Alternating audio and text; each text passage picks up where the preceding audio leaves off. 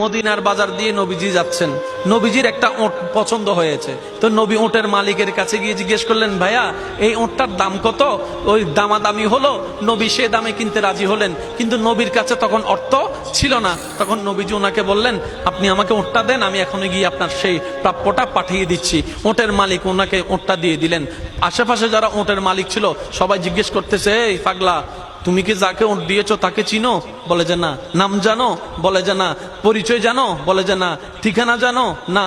তো তুমি যে ওটটা দিয়ে দিলা, উনি যদি ওটার টাকাটা না ফাটায় তখন তো তুমি লসের মধ্যে চলে যাবা। সে ওটের মালিক বলে, এত সুন্দর নুরানি চেহারাওয়ালা কখনো বাটপার হতে পারে না, কখনো চিটার হতে পারে না, কখনো মিথ্যুক হতে পারে না।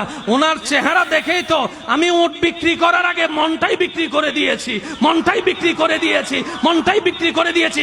তোমরা যাই বলো, আমার মন বলে উনি আসবেই আসবে, টাকাটা পাঠাবেই পাঠাবে।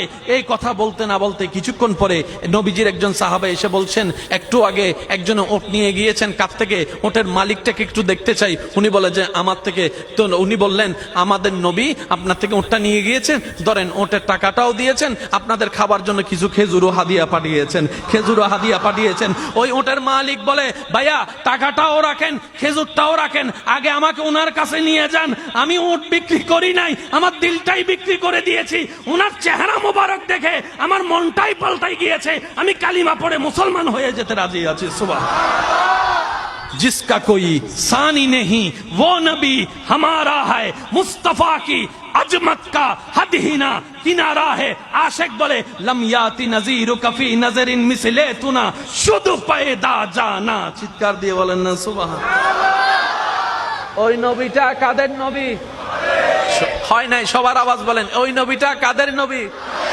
আমাদের কি ভাগ্য সেই নবীর উম্মত হতে পেরেছে। আর একটু জোরে।